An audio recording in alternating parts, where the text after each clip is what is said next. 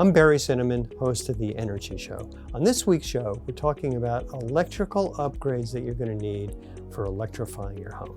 Now, when you electrify your home, you're definitely going to need one thing: more electricity.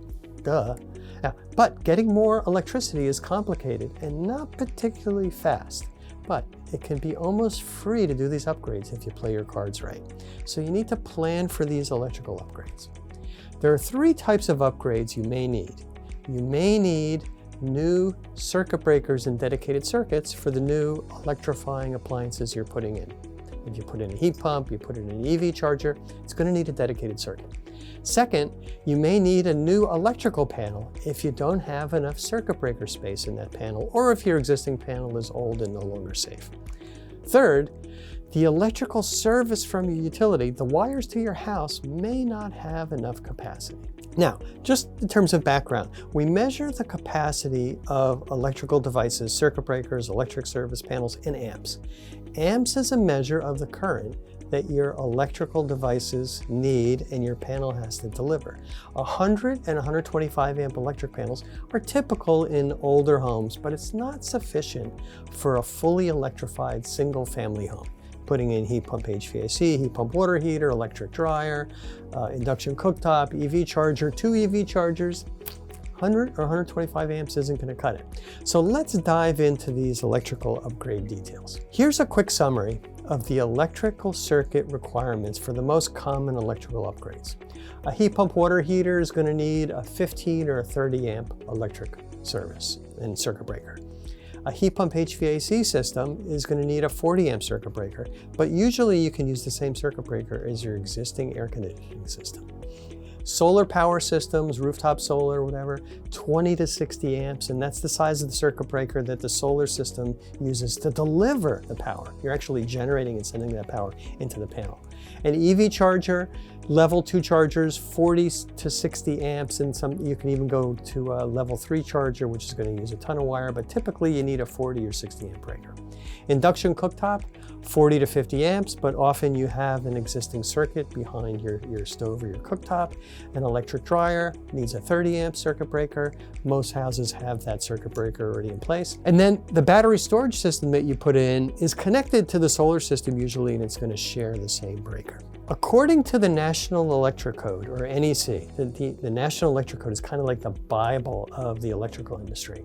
There's very specific circuit and wiring requirements for each of these appliances.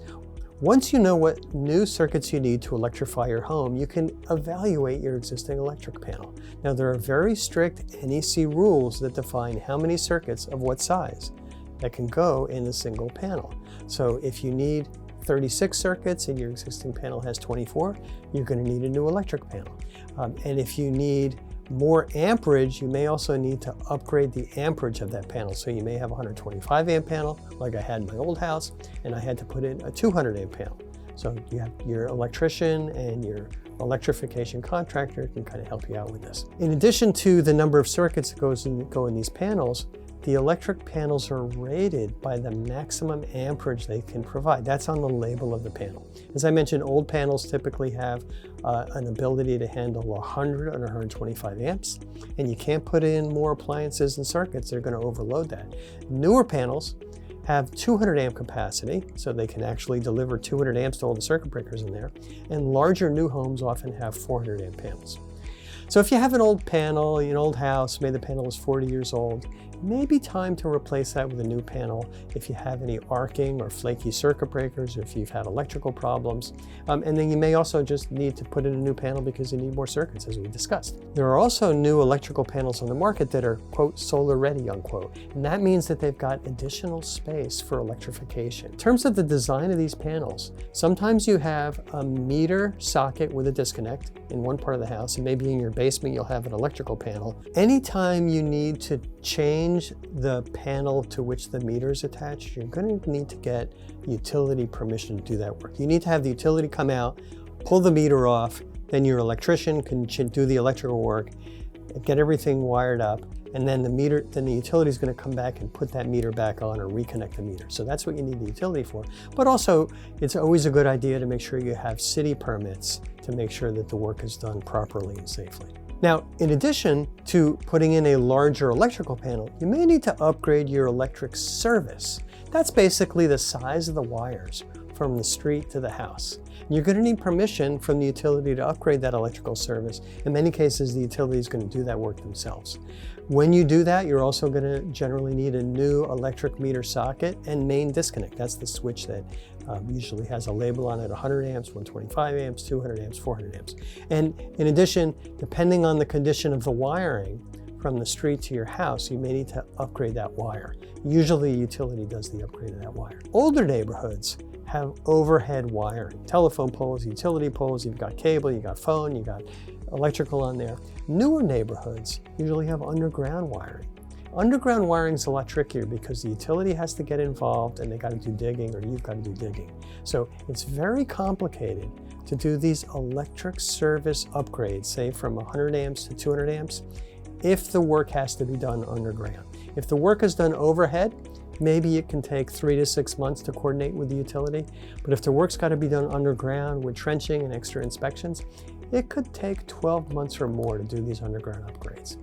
The delays can be expensive, and in our experience, they're almost always due to the local utilities' priorities and changes. So it's important to plan for these electric service upgrades in advance, because it's going to take, I would say, we almost never see it happen in fewer than 3 months if it's overhead, and we almost never see it happen in less than 12 months. The indoor wiring for adding electric circuits is relatively straightforward. Pretty much any electrician can run a new circuit breaker and wiring to an EV charger, or to your solar system, or to your heat pump.